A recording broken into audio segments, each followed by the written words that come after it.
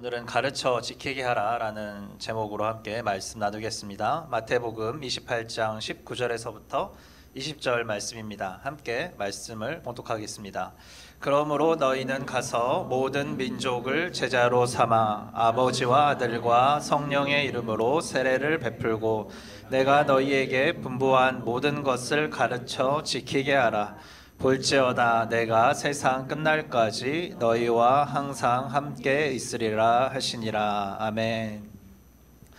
지난 시간에 우리가 함께 이 지경을 넓히는 그 영역에 대해서 우리가 함께 말씀을 나누었습니다. 오늘 말씀을 통해서 하나님께서 이 지경을 넓혀갈 때 어떻게 넓혀가야 되는지 한번 고민해보는 그런 마음을 주시는 것 같습니다. 1992년 10월 28일에 이제 휴거가 일어날 거라고 담임 선교회에서 그렇게 주장했던 때가 있었습니다. 그래서 92년에 되게 어린 학생이었던 제가 이렇게 길을 걷다가 어떤 사람이 뭔가를 나눠줬어요. 그게 이제 휴거된다. 그래서 저는 교회를 안 다니는 학생이었는데 이게 뭐지? 라고 딱 그 어린 나이에 거리에서 이 휴거된다라는 거를 딱 본 순간에 죽음에 대해서 생각해 보게 됐습니다. 그래서 내가 죽으면 어떻게 되는 걸까? 한 번도 생각해 본 적이 없는데 그날 죽음을 생각해 본 거예요. 그래서 이렇게 TV 화면이 딱 꺼지면 여러분 옛날 그 브라운관 TV가 딱 꺼질 때 이렇게 쫙 꺼지는 느낌처럼 내 시야가 이렇게 딱 암전되면서 나의 생각은 그냥 이렇게 멈추고 나는 내 영혼 어디 우주에 저기에 떠돌아다니면서 세상은 정지되어 있고 사람들의 생각은 흘러가고 이런 일련의 생각들이 초등학생이었던 제 머리를 이렇게 스치고 지나갔던 때가 있었습니다. 그래서 제가 어린 마음에 어떻게 했을까요? 새벽에 일찍 일어나서 정말 사람들이 휴거가 되나 정문 밖으로 이렇게 쳐다보고 있었던 적이 있습니다. 물론 이제 그때는 안 믿던 때인데 그렇게 인생에 대해서 한 번쯤 생각해보는 시간들이 있는 것 같습니다. 그래서 나는 할렐루야 아줌마였다라는 책을 쓴 최자실 목사님이 계십니다. 조용기 목사님의 장모님이신데 이분이 어렸을 때 얘기가 있습니다.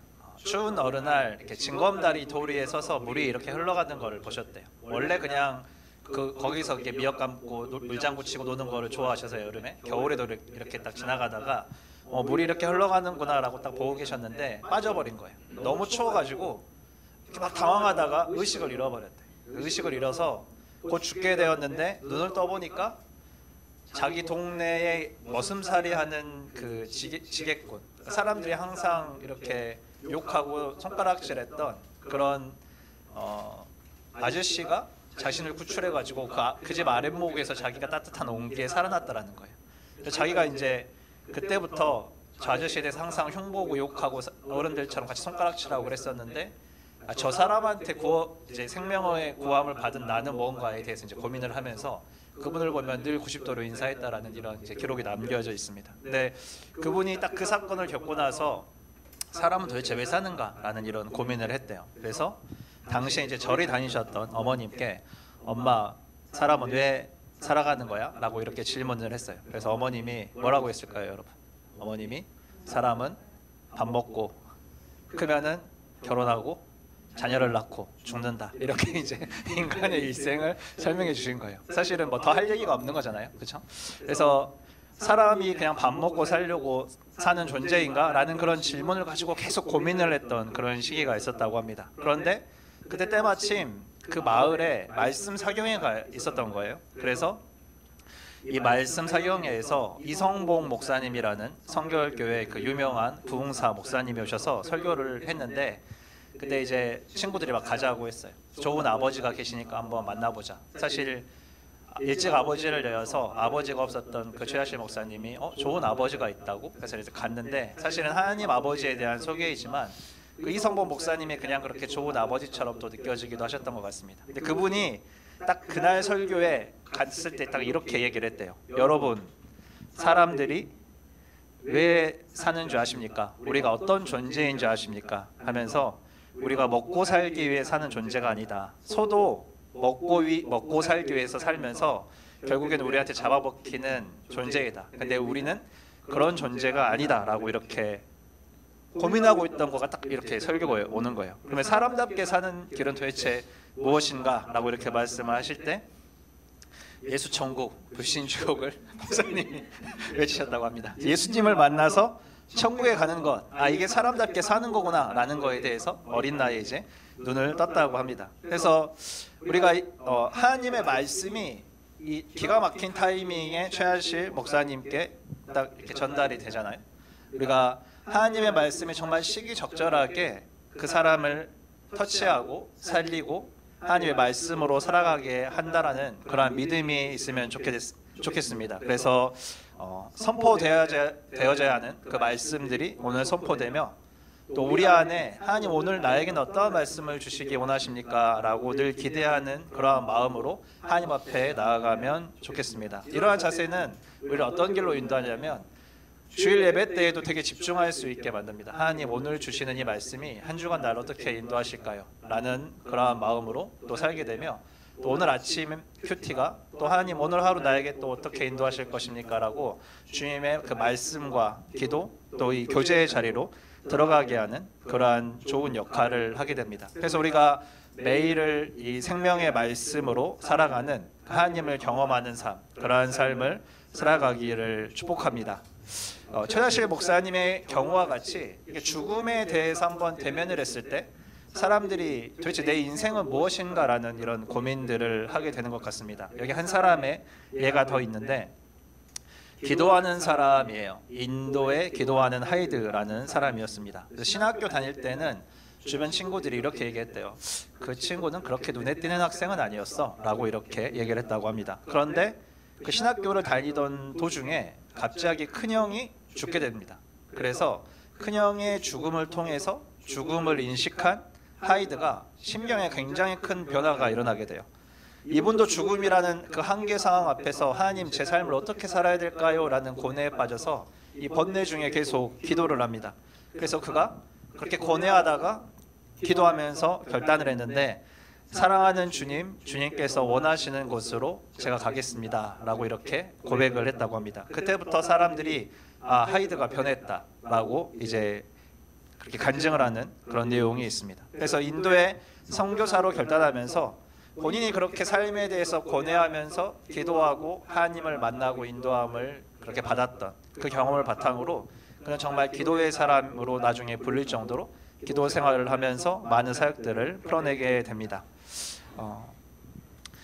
우리가 이렇게 말씀 그 예화를 본 것처럼 예수님이 십자가에 죽으시고 부활하심으로 우리 인간에게 해결할 수 없는 이 두 가지 문제를 해결해 주셨는데 첫 번째는 해결할 수 없는 죄 문제, 우리의 죄값을 치를 수가 없는데 주님이 이 죄의 문제를 해결해 줬구나라는 대속의 은혜와 두 번째는 피해갈 수 없는 죽음, 그 죽음 이것을 피해갈 수 있도록 죽음 이후에 영원한 생명에 대한 소망을 주시면서 우리가 물론 죽음을 지나가지만 그 죽음에서 끝나는 것이 아니라 그 다음을 바라볼 수 있는 소망을 주셨다는 것입니다. 그래서 우리가 죽음이라는 것을 대면하면서 볼 때 내 인생을 어떻게 살아야지라는 그 생각이 이제는 기준이 바뀌게 되는 거예요. 언제 바뀌게 되냐? 예수님을 만나게 될 때 바뀌게 된다는 것입니다. 그 안에서 창조주의 사랑을 받는 내가 영원한 나라를 가게 되는 내가 피조물로서 이 땅을 살아가고 있구나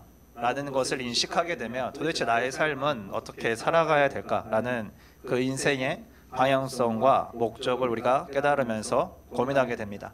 한 번뿐인 인생을 내가 즐기면서 가면 되는 것이 아닐까, 이렇게 의미 없는 인생을 선택하는 그러한 삶이 아니라 우리가 하나님의 사랑받는 자로 예수님의 십자가의 그 사랑으로 구원받은 자, 그 삶의 의미를 한번 깊이 생각해 보면 좋겠습니다. 그래서 그 선교 책 관련된 그 책들을 볼 때 선교사님들 나이가 나오잖아요. 근데 되게 여러분 놀라워요. 그냥 이미 저희들 나이 때 다 돌아가셨습니다. 지금 안 계시는 분들이에요. 거의 한 30세, 27살, 40세 되면은 이미 다 돌아가시는 그런 분들이 그 짧은 인생의 순간에 하나님께 자신의 삶을 드리고 선교에 헌신했다라는 것들을 우리가 보게 됩니다. 그럼 그들의 삶은, 그들의 순교는 과연 의미가 있는 삶이냐? 세상에서는 별로 이룬 게 없는 것처럼 보이는 그런 삶일 수도 있죠. 토마스 선교사님은 젊은 나이에 제너럴 셔먼호를 타고 왔습니다. 누구한테 책을 줬어요? 박충권 씨에게 책을 줬는데 이 박충권 씨는 어떤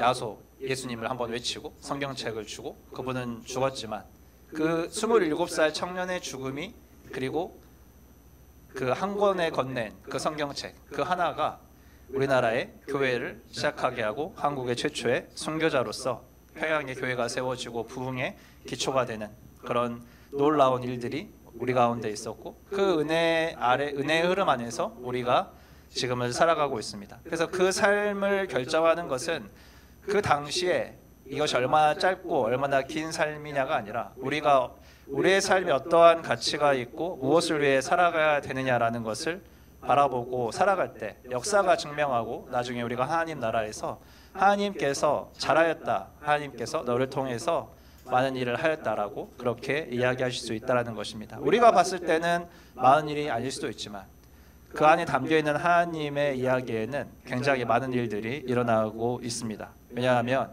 다시 오시는 주님의 그 길이 완성되어져 가고 있기 때문입니다. 그래서 지금 우리는 제가 처음 회사를 시작할 때 이렇게 시작했거든요. 100세 시대를 살아갔는데 육체만 건강하면 안 되고 정신적인 건강까지 챙겨야 됩니다. 그래서 우리 회사 제품을 사용해 주십시오. 이렇게 이야기를 했는데 지금은 이제 120세를 넘어서 150세까지 살 것이다. 이런 얘기들이 이제 막 나오고 있어요. 근데 방금 제가 얘기했던 것처럼 27, 30, 40이면 죽었던 사람들의 4배 가까이를 우리가 살아가고 있습니다. 이렇게 살아가면서 많은 일들을 할 수 있는 시간에 굉장히 우리에게 은혜의 때죠. 주님을 향해서 나아갈 때 더 많은 일들, 더 많은 우리의 삶의 여정들을 주님과 함께 할 수 있는 그 은혜가 우리에게 주어졌을 때 우리는 죽음이라는 한계 앞에 절망하지 말고 하나뿐인 내 인생이다 라는 그 기준에서 벗어나서 내가 하나님 앞에서 나의 삶을 어떻게 살아갈 것인가 라는 것을 우리가 바라보면 좋겠습니다. 하나뿐이다 라는 것에 딱 집중하게 되면 손해의식이 생겨요. 하나뿐인데 이거 해보고 싶은데, 하나뿐인데 여기 가보고 싶은데, 이런 마음들이 생기잖아요. 근데 그 안에 그것을 넘어서는 하나님의 사랑을 경험하게 되면 아, 내가 하나님의 길을 걷고 있구나. 물론 그 안에 열정이 생길 수 있습니다. 나의 하나뿐인 삶, 내 인생의 가장 젊은 날, 가장 좋은 때 주님께 드리겠다. 이런 열정의 고백들이 나올 수 있지만 무엇보다 중요한 것은 우리의 삶 자체를 하나님께서 인도하시고 계획하시고 그분의 이야기 가운데로 초청하신다는 거예요. 그래서 이 누가복음 7장에 보면 나인성 과부의 하나뿐인 아들의 그 장례 행렬이 나옵니다. 그러니까 과부도 남편도 없죠. 아들도 하나밖에 없었어요.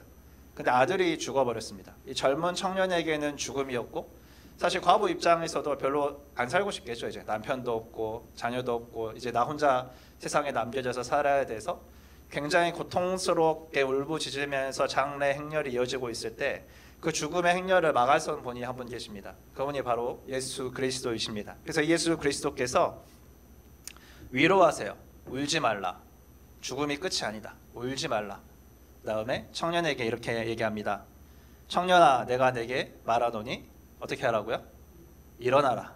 청년아, 일어나라 하니까 청년이 살아납니다. 청년이 살아나니까 과부의 삶도 살아납니다.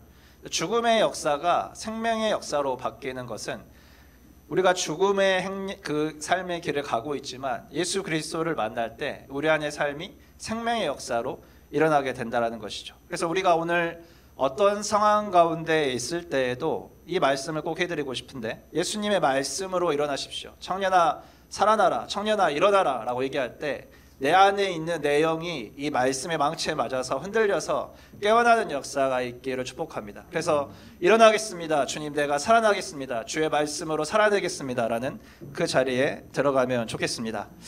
예수님께서도 하나님이시지만 이 한계 있는 인간의 삶을 입고 오셨어요. 그러니까 예수님도 죽을 수밖에 없는 존재로 오신 거예요.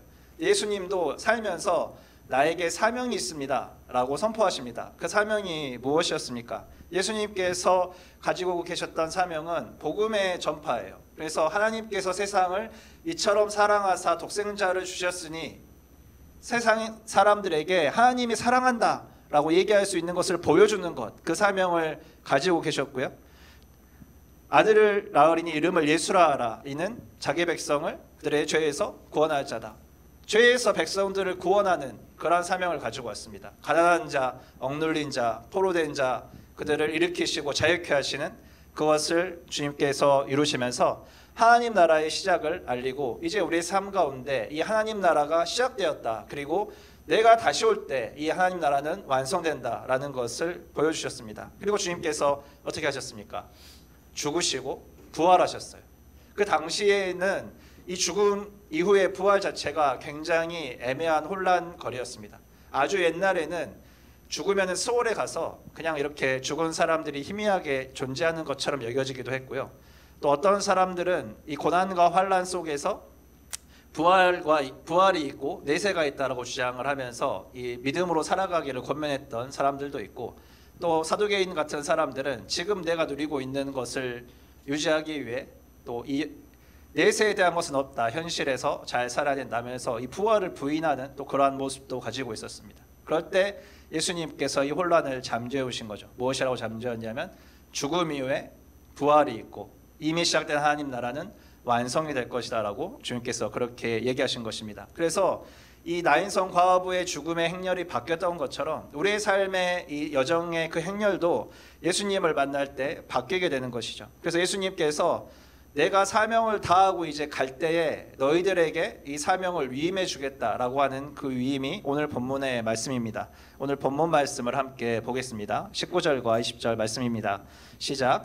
그러므로 너희는 가서 모든 민족을 제자로 삼아 아버지와 아들과 성령의 이름으로 세례를 베풀고 내가 너희에게 분부한 모든 것을 가르쳐 지키게 하라.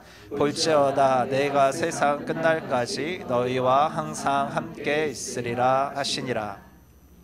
주님이 난 이제 갈 건데 내가 한 사람으로서 인생을 살면서 사명을 받고 그것을 이루었다라고 그렇게 말씀하시면서 주님이 자 너희들도 나의 제자가 되어라 라고 말씀하십니다. 이 제자가 되었다라는 것은 무엇이냐면 이 19절과 20절의 주된 동사가 이거예요. 제자를 삼아라. 모든 사람을 제자로 삼아라.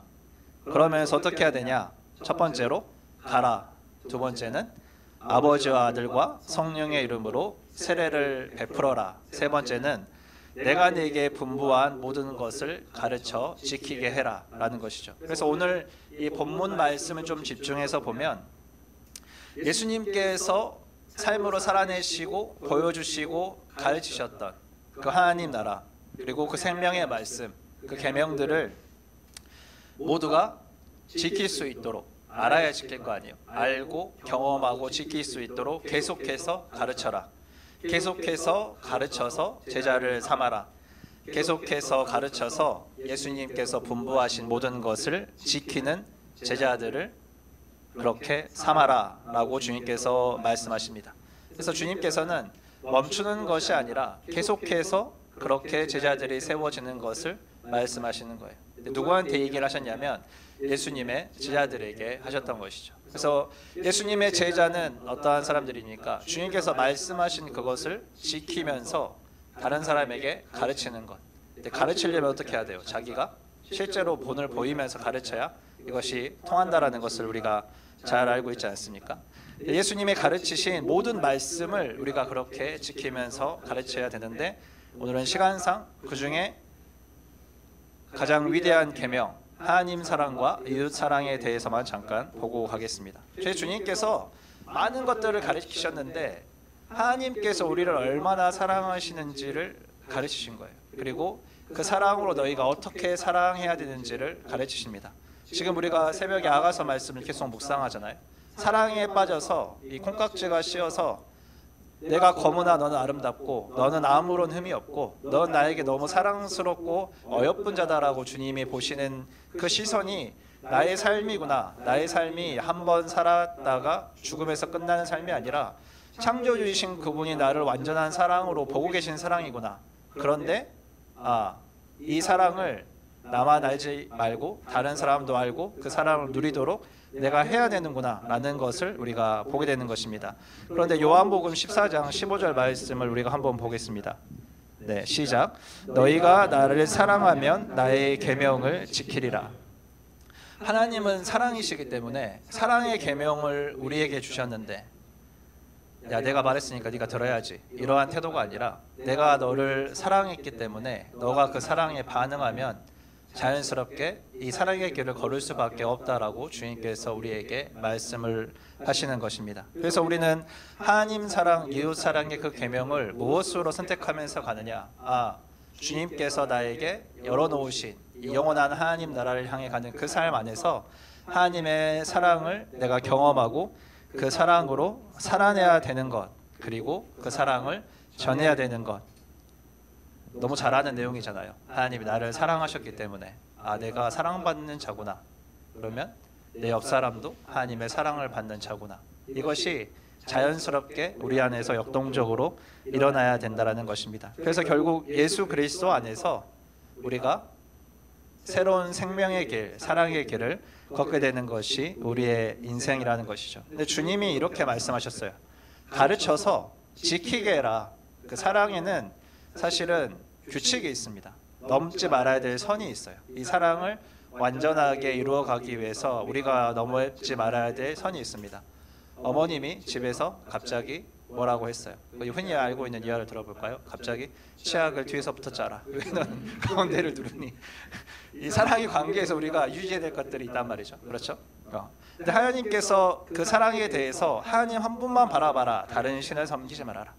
그의 많은 계명들을 또 우리한테 주어졌지만 주님께서 우리에게 주셨던 것은 내가 너를 사랑하고 내가 내 이웃을 사랑하는 것과 같이 너도 하나님을 사랑하고 그 이웃을 사랑하라 라는 이 개념을 가장 우리에게 우선시로 주시면서 간 것을 우리가 기억하면 좋겠습니다. 여기서 지키게 하라라는 그 표현은 영어로 obey예요. obey가 어떤 의미입니까?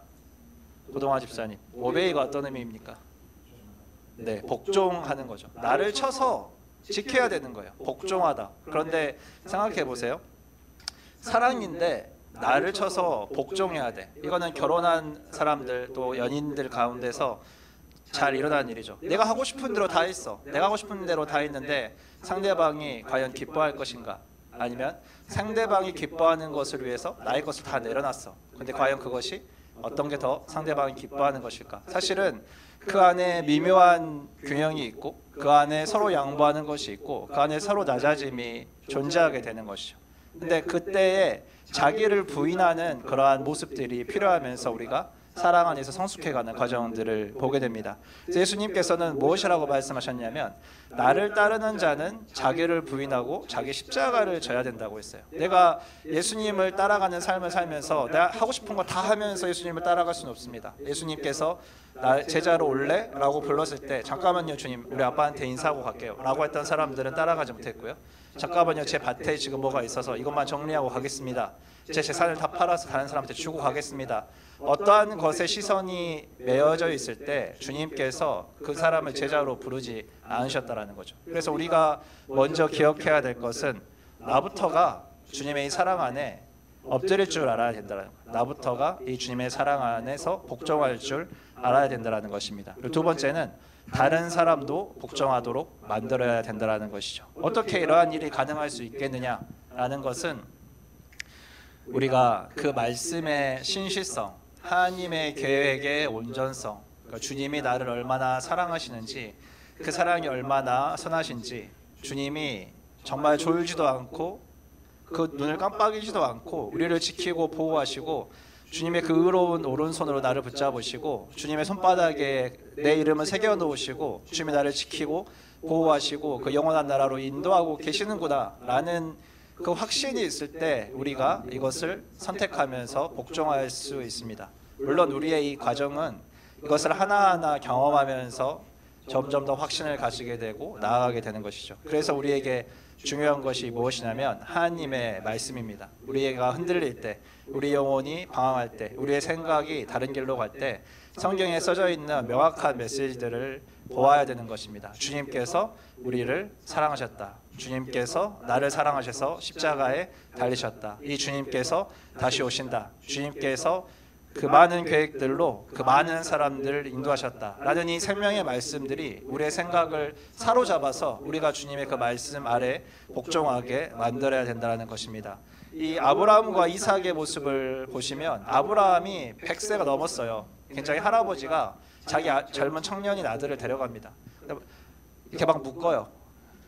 너를 이제 제물로 삼아서 제사를 드려야겠다. 근데 이 젊은 아들이 가만히 있으려고 했겠습니까? 뭔가 발버둥을 쳤겠죠. 근데 아버지의 말씀에 순종하는, 아버지의 뜻을 따르려는 자는 그냥 그렇게 묶이게 된다라는 것이죠.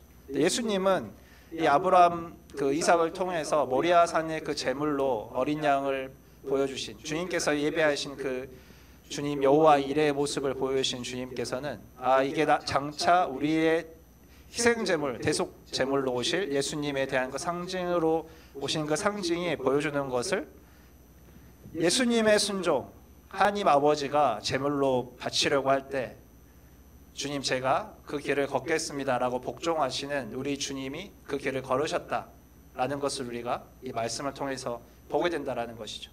그래서 성경 말씀에 기록되어 있는 그 사랑의 실천과 그 사랑의 순종이 우리가 보아야 될 것들, 그래서 이것을 가르치고 너희도 그 사랑에 굴복해서 이 사랑의 길을 걸어갈 때 완성된 사랑의 모습을 보게 될 것이다라고 주님께서 우리에게 알려주고 계신 것입니다. 그래서 우리가 이 말씀의 인도를 받는 사람들이면서 이 말씀의 인도함을 가르치는 사람들이 되어야 되는 것이죠. 그럴 때 할 수 있는 것이 무엇이냐면, 예수님께서 우리를 사랑하신 그 사랑으로 내가 살아간다라는 것을 내가 먼저 복종해서 보여주는 것, 그리고 너도 그 길을 갈 때 하나님의 사랑을 풍성하게 경험하게 될 것이다. 영원한 하나님 나라의 약속이 너에게 있다라고 우리가 가르치면서 그 사람도 그 복종의 길, 사랑의 순종의 길을 걸을 수 있도록 하게 되는 것입니다. 오늘 죽음으로 우리 오늘의 말씀을 시작했습니다. 인간의 삶에는 끝이 있어요. 그리고 세상에도 끝이 있습니다. 이 삶을 우리가 어떻게 살아갈 수 있을까요? 할 때 주님께서 이렇게 얘기하시죠.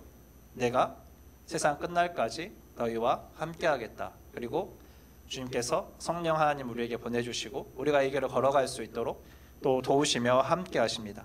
인간의 삶에도 끝이 있고 세상에도 끝이 있는데, 예수님을 만났을 때 우리의 삶이 영원한 천국에 산 소망이 생기는 것처럼 이 세상의 끝도 영원한 예수 그리스도를 다시 만나게 될 때, 다시 오시는 주님을 만나게 될 때 그 영원한 하나님 나라로 변하게 되는 그러한 소망을 우리가 바라보게 됩니다.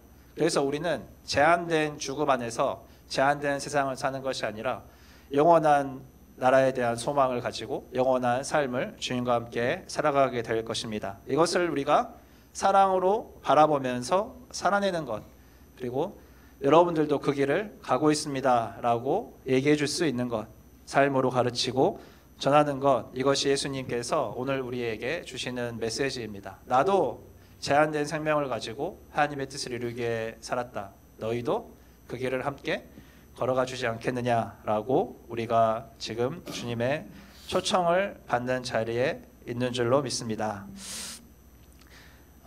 이 사랑의 자리에서 있을 때 한 가지 이제 보면 좋겠습니다. 우리가 교회에서 우리의 신앙생활을 하지만 우리의 삶의 각각의 자리에서 믿음으로 사랑으로 살아내는 것, 이것이 중요합니다. 그래서 우리의 삶 가운데 세상 끝날까지 함께 하시잖아요. 오늘도 함께 하시고 어제도 함께 하셨고 앞으로도 함께 하실 그 주님이 나의 삶의 자리에서 함께 하신다라는 것을 우리가 한번 생각해 보면 좋겠습니다. 그럼 우리의 삶 가운데 어떻게 이러한 일들이 일어날 수 있을 것인가? 제가 학교에 있을 때는 막 쫓아다녔어요. 신우회를 해야 된다. 그래서 일주일에 한 번씩 연구실에서 크리스찬들이 있으면 모아라. 네 친구들 누구 있니? 다 데려와라. 일주일에 한 번만 모여서 기도하자. 그래서 연구실에서 안 믿는 교수님, 그 다음에 너희들 연구가 잘 안 되는 거 있으면 그거 놓고 기도하자. 딱 이 두 가지만 했어요. 연구실에 안 믿는 사람들이 예수님 믿도록, 우리 연구가 주님의 은혜로 잘 풀어질 수 있도록, 그래서 하나님께 영광 돌릴 수 있도록, 그렇게 하면서 계속 이렇게 신뢰를 만들어가고, 또 학교 특성상 다 기숙사에 있으니까 저녁에 인생 괴로우니까 와서 같이 기도하자라고 해서 이제 괴로운 삶을 토로하면서 하나님을 예배하고 눈물로 주여 살려주십시오 하다가 이렇게 살아난 영혼들이 다시 또 다른 사람 잡아오고, 이런 일들이 계속해서 일어나면서 이제 기도 모임이 확장됐습니다. 그게 주님 말씀하시는 거예요. 가르쳐 지키게 해라. 삶이 힘들고 우리의 그 소망이 사라질 때 예수님 앞에 나오게 해라. 예수님의 사랑을 경험하게 해라. 살려주시는 예수님을 경험하게 해라. 이것이 주님의 메시지였습니다. 우리가 초대교회도 마찬가지예요. 많은 핍박을 받고 흩어졌을 때 그냥 모여서 거기서 기도했습니다. 우리 이스라엘 전통이에요. 가족의 예배를 드리는 것, 샤밧을 하면서 주의 말씀을 나누고 주님께 예배드리는 것. 가정 안에서 우리의 영혼이 살아날 수 있고, 또 어떤 사람들은 어떻게 해요? 스타벅스에서 모여서 같이 편하게 말씀을 나누는 교회도 있었고, 모라비안 선교회의 삶은 어떻습니까? 저기 노예들에게 복음이 필요하니까 그 경계 라인으로 제가 들어가겠습니다. 제가 노예가 돼서 저들에게 복음을 전하겠습니다. 라는 이 믿음의 선택들을 하는 여러 사람들의 모습이 있습니다. 내가 가지고 있는 것은 너무 작은데, 주님, 내가 할 수 있는 것은 너무 작은데에서 머무르는 것이 아니라 그냥 지금 있는 우리의 자리에서 우리가 하나님을 초청하고 복음을 나누고 삶을 살아내는 것, 그것이 주님께서 우리에게 주시는 삶의 방향성 같습니다. 승주가 학원을 시작했는데, 창령이가 거기서 베이스를 가르치기 시작했어요. 그런데 현수가 거기서 베이스를 배웁니다. 우리 교회들 이름이 다 나오네요. 그래서 이제 기도를 해요. 근데 제가 이제 텐트메이커스의 그 예배팀을 보면 사모님이, 홍유진 사모님이 이제 피아노를 가르칩니다. 다 제자들이에요. 교회에 있는 친구들이 다 제자들. 어떻게 했냐? 그냥 열심히 피아노를 배우다가 제자니까 선생님 계신 교회 나와서 그렇게 계속 피아노의 가르침이 삶의 가르침이 되고, 그 사랑의 가르침이 교회를 이루게 되는 것을 봅니다. 그러니까 그 모임이 거기서만 있는 게 아니라 우리 교회 안에도 있잖아요. 네, 지선주 사님 지금 누구를 돌아보셨습니까?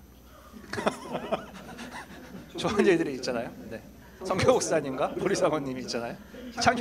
창녕이까지 다 오잖아요. 그래서 우리가 여전히 소망을 갖고 기도하는 거예요. 그래서 승주가 하원을 시작할 때 우리 같이 가서 기도하잖아요. 주님, 여기서 그러한 부흥의 역사가 일어나게 해주십시오. 영혼들이 살아나는 역사가 일어나게 해주십시오. 우리 각자의 삶의 자리에서 우리가 소망을 가지고 이제 계속해서 나아가는 그러한 시즌으로 주님이 들어가도록 말씀을 주시는 것 같습니다. 우리가 지난주에 함께 묵상했던 말씀을 한번 생각해 보면 좋겠어요.